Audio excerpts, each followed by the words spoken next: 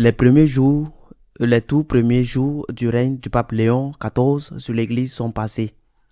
Tout le monde le regarde à la loupe. Il faut dire que l'accueil général est extraordinaire. Il suffit de voir comment la place Saint-Pierre était bondée mercredi pour l'audience. J'y étais et les files d'attente étaient interminables. Les gens sont venus en force et les prêtres, les évêques et les cardinaux des deux camps manifestent leur soutien et leur enthousiasme pour le nouveau pape. Mais les soupçons, les méfiances et aussi la curiosité ne manquent pas. Comment Léon XIV pourra-t-il réaliser cette sorte de quadrature du cercle, uni deux secteurs de l'Église qui semblent opposés et qui reflètent deux modèles d'Église très différents?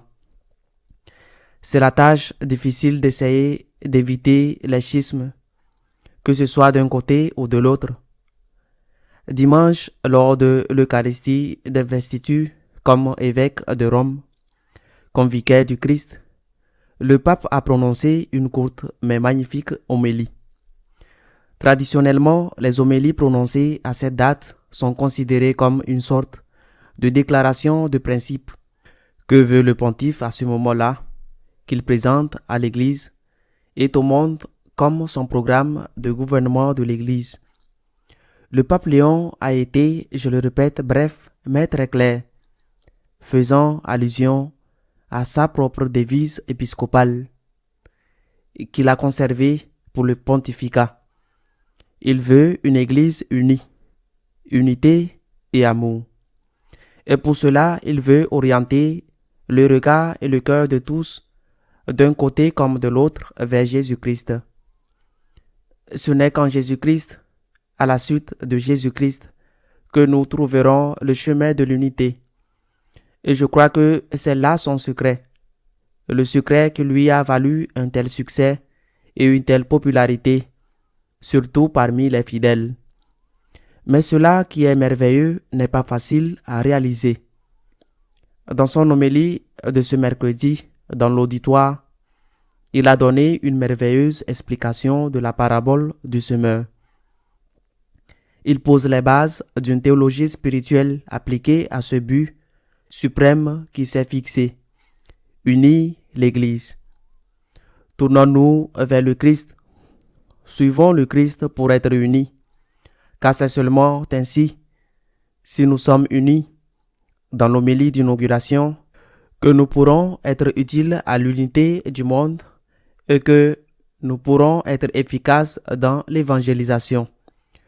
Ce sont les paroles du Seigneur dans ce dernier discours, ces dernières prières après le dernier repas avant de partir pour le mont des Oliviers, qui est considéré comme son testament. Père, qu'ils soient tous un, comme toi et moi sommes un, afin que le monde croie. Tout est parfait, mais fait de l'homélie du 18, de l'inauguration, une homélie programmatique sans mentionner le mot synodalité, ni des concepts tels que l'inclusion, ni répéter des slogans tels que dans l'Église il y a de la place pour tout le monde. Tout le monde, tout le monde, a suscité une certaine inquiétude chez certaines personnes. D'où, comme je l'ai dit, les soupçons qui ont été soulevés. Mais il faut voir les choses telles qu'elles sont arrivées, car cette homélie programmatique du 18 a été précédée par autre chose. Le pape a été élu le 8. Le 8 mai, je vous le rappelle, est le jour où Saint Michel, archange, apparaît sur le mont Gargano.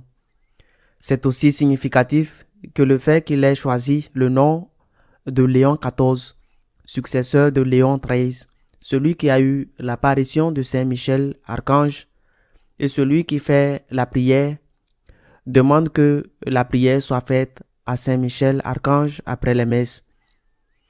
Homélie le 18. Pas un mot sur la synodalité. Élection le 8, mais 4 jours après son élection, seulement 4 jours après le lundi 12, le secrétariat permanent du synode des évêques a publié un communiqué signé par son préfet, le cardinal grec, avec la signature des deux sous-secrétaires, parmi lesquels Monseigneur Luis Marín, un Espagnol du Maryland, un augustinien, un homme extraordinairement précieux, qui est, j'en suis sûr, la personne la plus proche du pape Léon parmi tous ceux qui travaillent en ce moment à la curie du Vatican. Eh bien, 4 jours après son élection, ce qui a à peine laissé le temps au pape de faire quoi que ce soit, le secrétariat du synode a déjà publié un document dans lequel il rappelle au pape, bien sûr, en lui souhaitant la bienvenue. En bref, il ne pouvait en être autrement. Mais il le rappelle l'engagement de son prédécesseur immédiat, le pape François, sur la voie de la synodalité. Et ils offrent de collaborer avec lui dans le développement de ce chemin. Le lundi de cette semaine-là, il y a déjà un document public d'un organe du Vatican, celui dédié précisément au synode des évêques, pas celui dédié à la synodalité, mais au synode, où il lui rappelle la synodalité le lundi. Eh bien, dimanche, le pape, qui bien sûr connaît déjà ce document, ne dit pas un seul mot sur la synodalité. Je suis sûr que plus d'un a été surpris et peut-être déçu, mais pour rectifier au moins un peu les choses, le lendemain, le 19, une semaine après que le secrétariat du synode ait publié ce document très correct, le pape a rencontré les représentants des autres religions et par exemple du judaïsme et des églises non catholiques, en particulier de l'église orthodoxe, et les a remerciés de leur présence. Il leur a dit qu'il allait travailler au dialogue avec ces religions, toujours dans le cadre de ce que chaque religion a établi comme étant le sien, c'est-à-dire sans syncrétisme. Mais il a également envoyé un message à ceux qui auraient pu se sentir un peu mal à l'aise.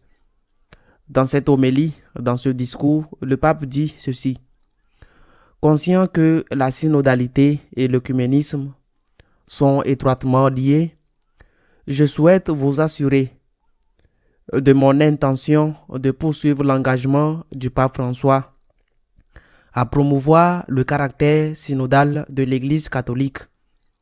Son message de réassurance à ceux qui n'avaient pas entendu la veille le 18 parler de synodalité dans l'homélie programmatique et développer, ajoute-t-il, des voies nouvelles et concrètes pour une synodalité toujours plus intense dans la sphère œcuménique.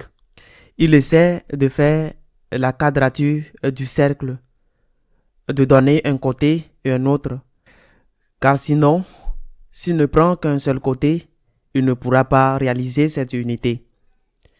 La question est de savoir jusqu'où l'on peut aller.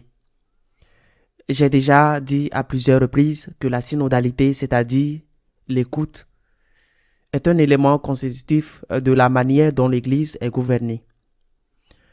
N'avons-nous pas écouté jusqu'à présent, nous les prêtres du moins, beaucoup d'entre eux? Je pense à un saint Jean-Marie Vianney, par exemple, avec tant d'heures de confession. N'écoutons-nous pas? Il n'y a pas de conseils pastoraux, de conseils économiques et de conseils pieux. Par conséquent, l'écoute, c'est-à-dire la synodalité comprise comme écoute, est quelque chose que l'Église a pratiqué. Je ne sais pas si elle l'a pratiqué depuis ses origines, peut-être oui. Mais bien sûr, nous les prêtres, dans le confessionnal, nous l'avons toujours pratiqué et nous devons continuer à le faire. Et d'ailleurs, s'il y a un exemple de la façon dont cela se fait correctement, c'est précisément l'Église des États-Unis, où les conseils pastoraux et les conseils économiques sont parfaitement structurés et où il n'y a pas une seule paroisse qui n'en dispose pas. Il n'y a pas de problème avec la synodalité entendue comme écoute, de même qu'il n'y a pas de problème avec la défense de la nature. Mais une chose est la défense de la nature et une autre est le culte de la nature de type Pachamama. Et il n'y a aucun problème à aider les personnes dans le besoin et à défendre les droits légitimes des migrants. Synodalité, oui, mais qu'entendons-nous par synodalité?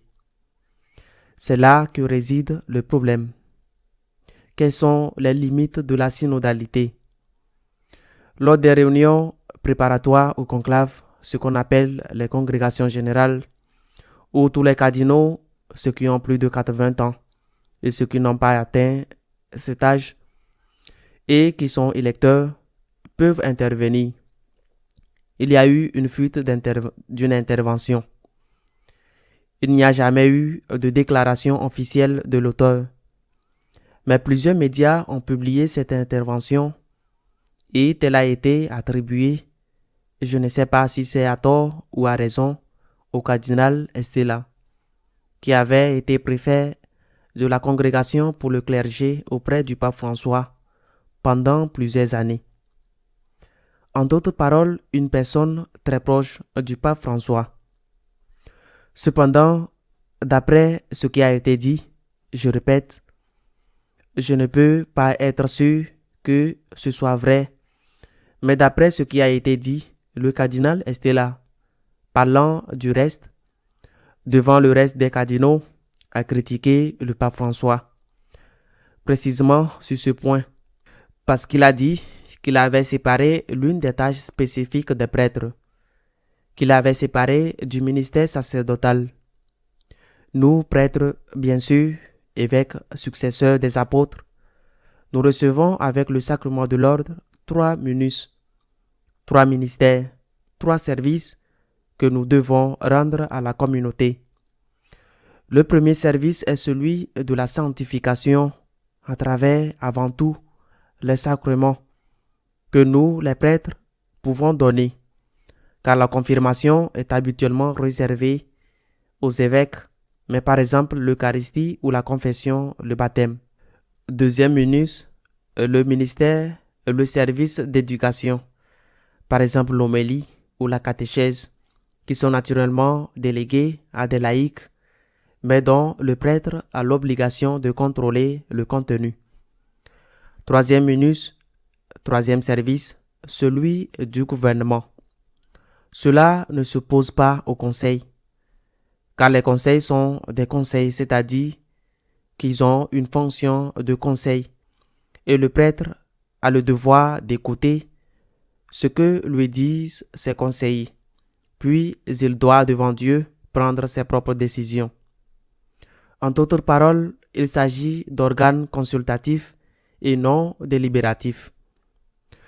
Lorsque, comme cela s'est produit lors du dernier synode, que certains considèrent déjà comme inapproprié d'appeler synode des évêques, lorsque des laïcs avec droit de vote interviennent à égalité en plus petit nombre à l'époque, mais à égalité avec les évêques présents, il convient de se demander si cela s'étendra, par exemple aux conseils paroissiaux, au conseil diocésain ou même au gouvernement de l'Église universelle.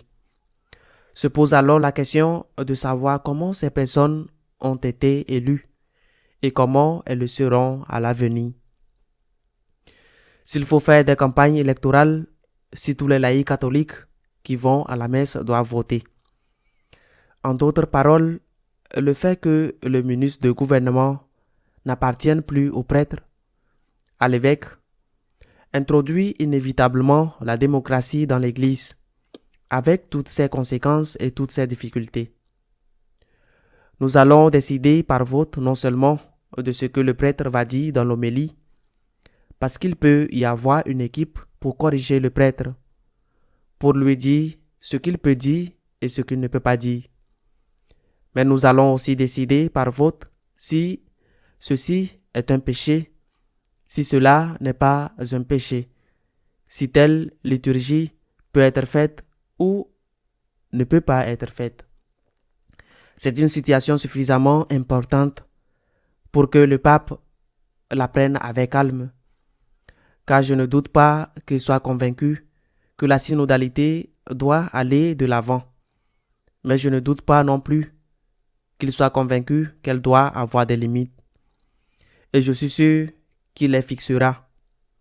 Il ira le plus loin possible dans sa défense de la synodalité et dans l'application de la synodalité sans toucher à la doctrine, c'est-à-dire sans toucher à la constitution hiérarchique de l'Église, sans toucher au type d'Église que Jésus-Christ a voulu, qu'il a fondé sur ses apôtres, et le premier d'entre eux, Pierre, parce que sinon l'Église cesserait d'être une Église apostolique et deviendrait quelque chose d'autre. Je suis sûr, et je le répète, qu'il essayera de maximiser la synodalité, mais en sachant qu'il y a des limites et que ces limites que le cardinal Estela a peut-être dites ne peuvent pas détruire l'union entre le sacrement de l'ordre et le munus, le service du gouvernement dans l'Église. Ces limites doivent respecter cette union. Si cette union est rompue, si elle est détruite, la situation sera très grave pour l'Église et l'Église sera certainement desservie. Le pape Léon a été évêque. Mais avant cela, le pape Léon, avant d'être évêque de Chiclayo, a été supérieur général des Augustins pendant 12 ans. C'est un homme de gouvernement. C'est aussi un expert en droit canonique. Il connaît parfaitement les conséquences d'une synodalité où l'union entre le sacerdoce et le gouvernement serait rompue. Il sait quelles seraient les conséquences. Il sait que cela irait directement à l'encontre de l'Évangile, à l'encontre de la tradition, à l'encontre du Second Concile du Vatican, à l'encontre du bon sens, et que cela aurait des conséquences désastreuses, même pour les vocations sacerdotales, parce qu'elles seraient probablement en chute libre. Et c'est là qu'intervient une fois de plus la quadrature du cercle. Car s'il met des limites à cette synodalité, alors par exemple les évêques allemands ne seront pas contents. Et s'il ne fixe pas de limites à cette synodalité, la situation de l'Église sera désastreuse. Que fait-il le pape? Il dirige avec une grande intelligence, avec une grande sagesse, en conduisant tout le monde vers le Christ. Regardons le Christ.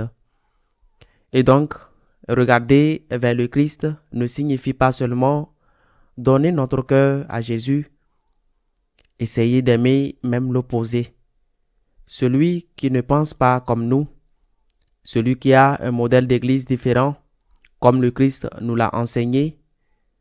Mais regarder vers le Christ signifie aussi regarder l'enseignement du Christ, par exemple la constitution apostolique de l'Église. Le pape tente de réaliser cette difficile quadrature du cercle et nous devons le soutenir. Ce n'est pas du tout facile. Il essaie d'éviter les schismes. Il n'est pas du tout facile d'unir des positions opposées. Et il veut le faire en orientant nos cœurs vers le Seigneur pour qu'il soit celui qui nous encourage et qu'il soit notre modèle. Nous devons l'accompagner dans ces moments. Nous devons l'accompagner dans ses premiers pas par notre prière. Nous devrons l'accompagner tout au long de son pontificat. Mais en ce moment où tous ceux qui le regardent à la loupe, en ce moment d'une manière particulière, ils ont besoin de notre prière. Faut-il faire confiance? Je l'ai dit la semaine dernière. Je ne fais pas confiance au pape Léon, comme je ne faisais pas confiance au pape François, ni au pape Benoît XVI, ni au pape Jean-Paul II. Je fais confiance à Dieu, notre Seigneur, à l'Esprit Saint qui a placé le pape Léon XIV à la tête de l'Église en ce moment, qui vise à l'unité de l'Église et à nous conduire tous au Christ. Je suis convaincu qu'il a le droit que nous lui fassions confiance et que nous le soutenions en tout. N'oublions pas de l'accompagner avec nos prières. À la semaine prochaine, si Dieu le veut.